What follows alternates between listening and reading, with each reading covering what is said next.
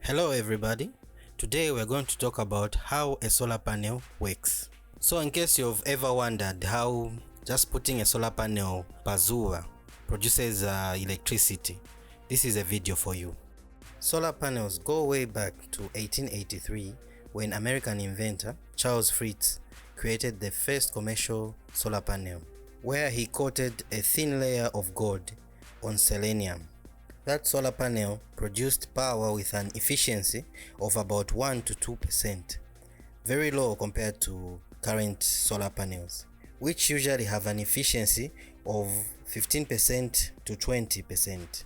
There are also newer technologies that are still in lab tests that are able to beat that 20%. A solar panel is manufactured in layers. These layers are then glued together. It starts with the top glass, which serves as the protection for the inner layers from the environment. Then comes the EVA layer, which seals the solar cells. Next is the solar cell layer, made of several solar cells that are combined, and I will explain on this one in detail, manje.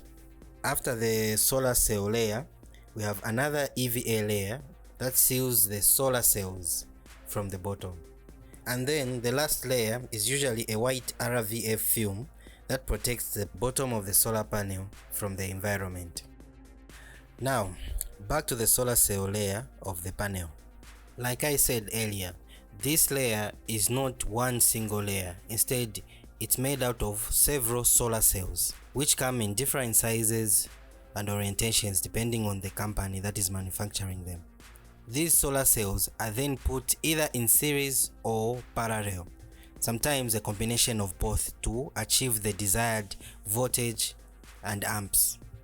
For example, if Fitchtech can only produce one type of solar cell, and we manufacture 500 watt panels using 40 of the same solar cell, the day we decide to manufacture 250 watt solar panels, we'll instead use 20 of the same solar cells. And that's how individual solar cells come together to create the whole panel. Now let's talk about the inner workings of the solar cell. When you look at a solar cell, you'll notice that there are these small metallic lines, which are called fingers. These are the negative electrode, and their function is to collect the electrons that are being produced by the solar cell. And then all the fingers are then connected to a bigger metal strip known as a bus bar, which collects all the electrons from all the fingers connected to it. Now, you might be wondering where these electrons are coming from and where exactly they are going. In order for you to understand what's happening, I'm gonna have to use a cross section of a solar cell to explain this. A solar cell is mostly made of silicon that is separated into two layers. The top layer, which is known as the N-type semiconductor, is made of silicon doped with phosphorus or arsenic. These elements are used in the N-type layer. N stands for negative. They are used in the N-type layer because they have 5 electrons in their outermost shell, meaning when they bond with silicon, which has 4 electrons in its outermost shell, they always leave 1 electron that is not bonded, meaning that electron will be free to move around. And then the bottom silicon layer, known as the P-type semiconductor, P for positive, is doped with elements like boron or indium, which have 3 electrons in their outermost shell, meaning when they bond with silicon, there's a blank space or a hole that is left. So those are the two silicon layers, and the point at which they meet, it's called a PN junction. On top, the N-type silicon layer is where you find the negative electrode, which is those fingers and the bus bar which you can see on top of the solar cell. And at the bottom of the P-type layers, that's where you find the positive electrode. This positive electrode cannot be seen due to it being under several layers. That's pretty much the makeup of the current solar cells that are on market. Now let's talk about how electricity is generated. The particles of light, known as photons, will enter the cell and be absorbed by the free electron in the N-type layer. This electron will then be energized, leave its position and starts going up. Meanwhile, the empty space that it has left will start to get filled up by the electrons that are lower, meaning the empty space will start to go down. Keep in mind that the electron is negatively charged and the hole which it has left is positively charged, so these two will be attracted to each other. So if a path is created between the two electrodes, this electron will move from the negative electrode to the positive electrode to go back and fill up that hole it has left. But that would just be wasting solar energy.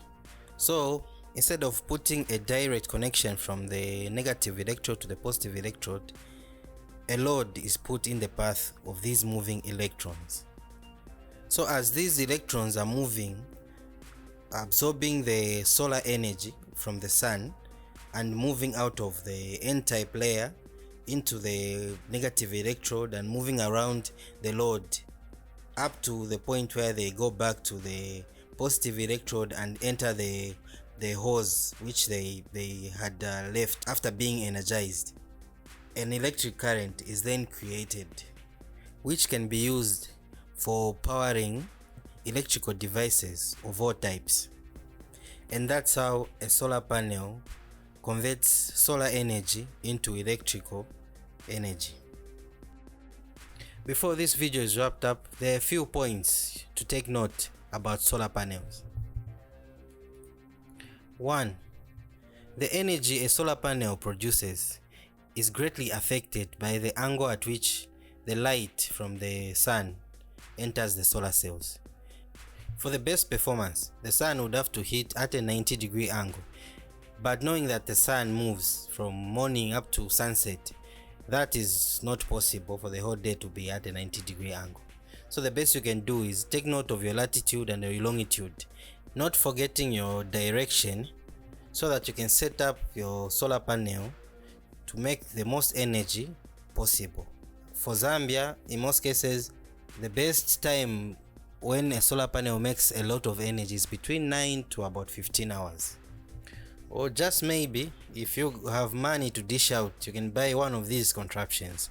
This thing is able to sense the position of the sun, so it adjusts itself to that position of the sun, maintaining the angle at which the rays of the sun are reaching the solar panel for maximum energy production. 2. Solar panels use visible light, not heat.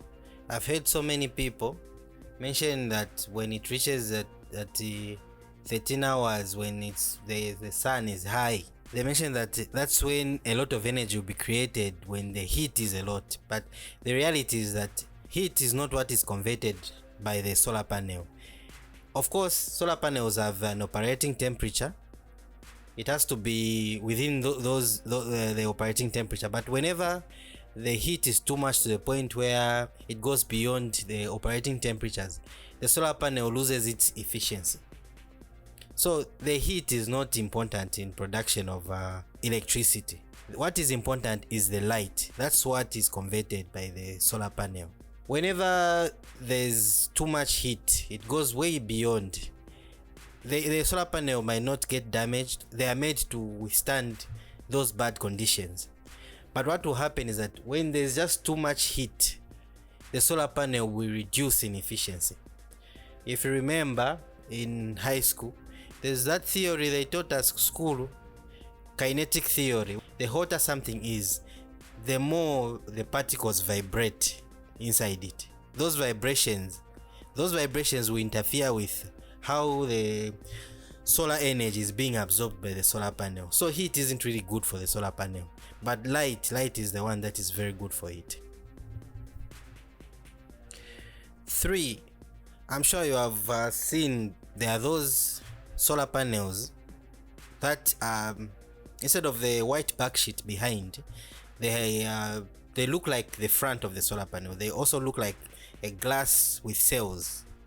Those are called bifacial solar panels, and as most say, yes, they make they absorb energy from the front and from the back also.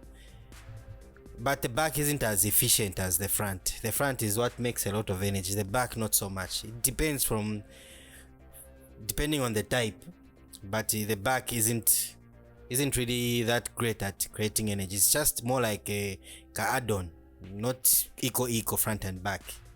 Now, bifacial solar panels have a specific purpose. Don't bother buying a bifacial solar panel if you are mounting a solar panel on the roof. If the panel is going to be just 10 centimeters from the roof, you will be just wasting your money for that extra money for the bifacial, because usually they are a bit more expensive.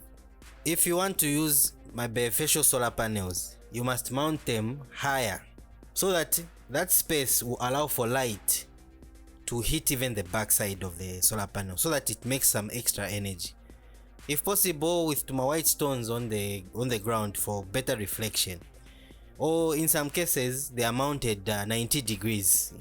Now those are the few points I wanted to touch on before this video ends. And as usual, if you have reached this far, I would like to thank you very much. Keep supporting us. Your views are very good for the algorithm. The more these videos are viewed, the more followers we'll have and the more impact we'll have on the mission we have. So like, follow, share to those who you feel might like these videos. Hope you have a great day.